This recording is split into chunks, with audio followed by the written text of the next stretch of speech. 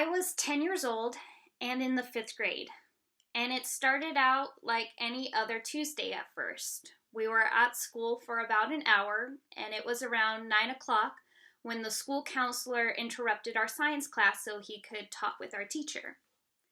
I don't remember how my teacher looked when she came back in the classroom, if she acted differently at all, but when I thought back to that moment later that day, I knew that had to be right after it happened. A few hours later, we were sitting in math class when the classroom phone kept interrupting. The front office was calling saying another kid's parent was there to pick them up. When the third student was called to the office, we thought, well, this is fun. It was a welcome distraction from math class, and we started laughing every time the phone rang. But when 5 kids went home, I began to question the teacher. Is something happening today? By now, a third of our class was gone with no explanation. The math teacher said he knew why they were going home, but he wouldn't tell us why. I didn't notice anything else till the very end of the day when I went to the library. It was my job to put back the returned books. 5th graders who were on the honor roll got to be teacher's aides at the end of the day, and I volunteered to be in the library. But the librarian didn't come out of her office to greet me or tell me what to do, so I just started taking the books to put them back on the shelves. It was then that I heard the principal over the school loudspeaker telling everybody to go straight home after school that day.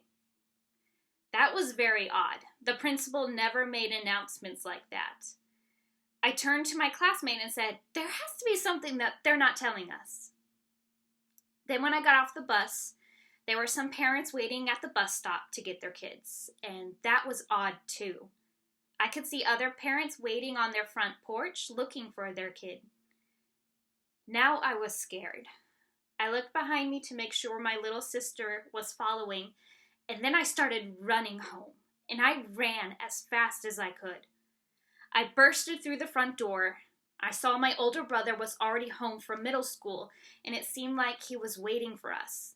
He started yelling about something, but I just ran past him knowing I could never trust anything he told me.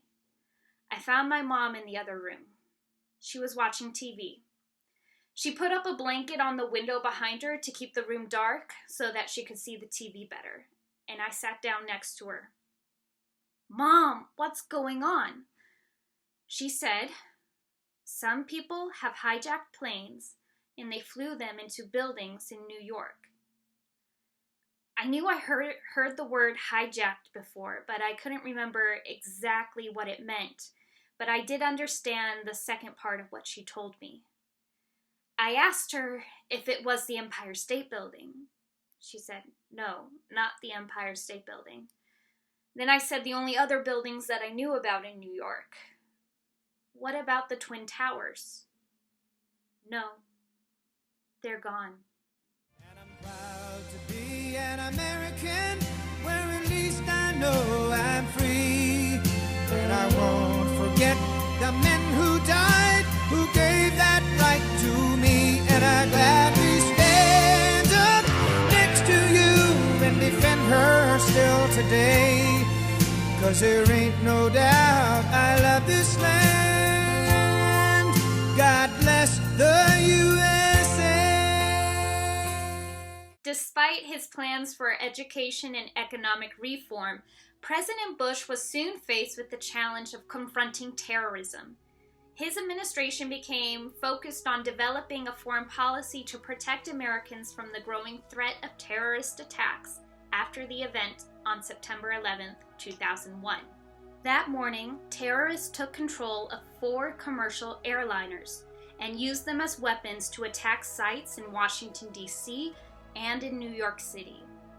The terrorists were able to smuggle box cutters and knives through airport security.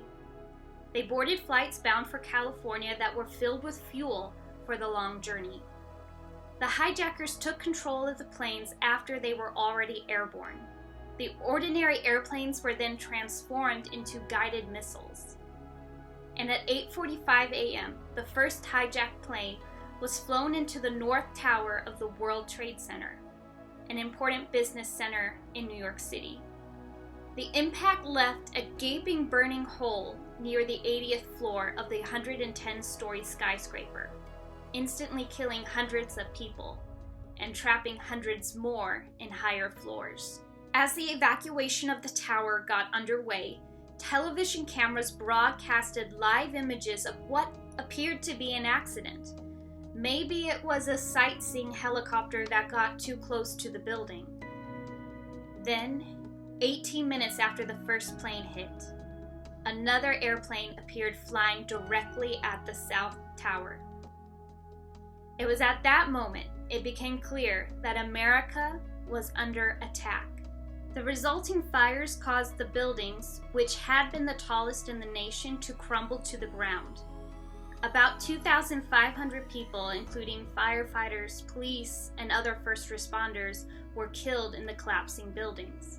Another airplane was flown into the Pentagon, the headquarters of the Department of Defense, located just outside Washington, D.C. A fourth hijacked airplane, Flight 93. Their plane was the last one hijacked, and the news of what was happening in New York had reached the passengers, who got the message from family on their cell phones. The plane was headed in the direction of Washington, D.C. Its most likely target was the Capitol building, or maybe even the White House. We don't know for sure, but we do know that the passengers on Flight 93 were not going to let the hijackers use the plane as a weapon to kill thousands of more people. They fought back the hijackers for control of the plane, and the plane crashed in a field in Pennsylvania just outside of Pittsburgh. There was no survivors. Within hours of the attack, people were already comparing the event to Pearl Harbor, surprise attacks that killed many Americans. September 11th seemed to be fated to change radically the degree to which the United States engaged with the rest of the world. U.S. officials determined that the hijackers were members of a fundamentalist Islamic terrorist group called Al-Qaeda, or the Base. The group was led by a wealthy Saudi Arabian exile, Osama bin Laden. Bin Laden and his followers were based in Afghanistan, where the Taliban, an extremist Islamic group, ruled the country. After Taliban leaders refused to turn over bin Laden to the Americans, the United States took military action. In October 2001, the United States attacked Afghanistan.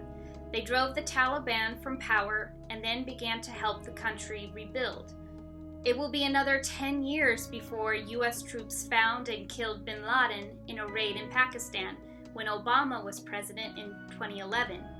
Virtually all Americans can recall precisely where they were or what they were doing the moment they heard about the attacks, if they were old enough to remember. 9/11 changed a lot. It began the war on terror. Unfortunately, anti-Muslim sentiment grew within the U.S., and state investigations increased in what some will see as unconstitutional breaches of privacy under the Patriot Act. And we all know how it affected airport security. It's the reason we all got to take off our shoes every time we go to the airport. In the few years after 9/11, there was a spike in American patriotism, such as flying American flags, showing how Americans were together in this, standing in unity against terrorism.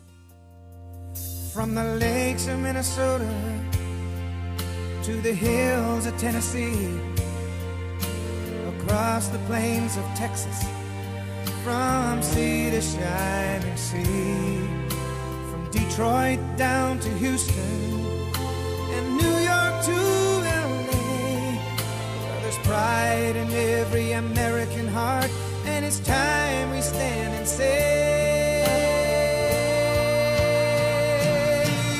that I'm proud to be an American, where at least I know I'm free, and I won't forget the men who died, who gave that right to me, and I gladly stand up next to you and defend her still today, 'cause there ain't no doubt I love this land.